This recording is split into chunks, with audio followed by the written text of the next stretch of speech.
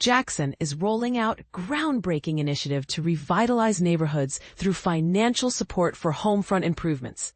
This new Curb Appeal program offers up to $2,500 in aid for projects that enhance the exterior of homes, aiming to boost community aesthetics and property values.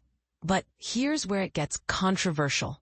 Not all upgrades qualify, and some common fixes are actually excluded from the program. Let's break down how this works. The city has opened applications for the program, which covers 80% of eligible costs, with a maximum payout of $2,500. For example, a $500 renovation would receive $400 in assistance, while a $3,125 project would get the full $2,500 cap.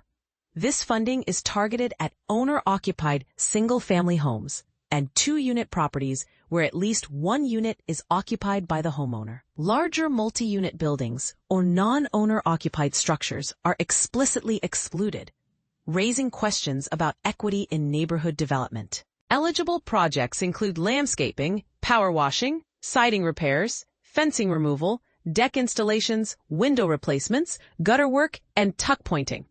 However, backyard improvements, plant purchases, roof repairs, and permit fees are not covered. Applicants must secure written approval before starting work, and all projects must be executed by licensed contractors. Self-done repairs won't qualify. The program's income thresholds are strict. Households must earn no more than 80% of the area median income.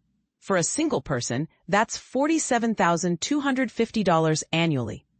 City staff will process applications on a first-come, first-served basis, with funding available until the $60,000 allocation is exhausted.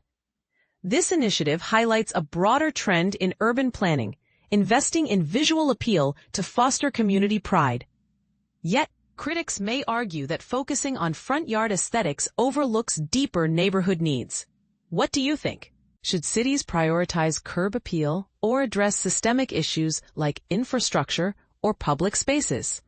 Share your thoughts in the comments below.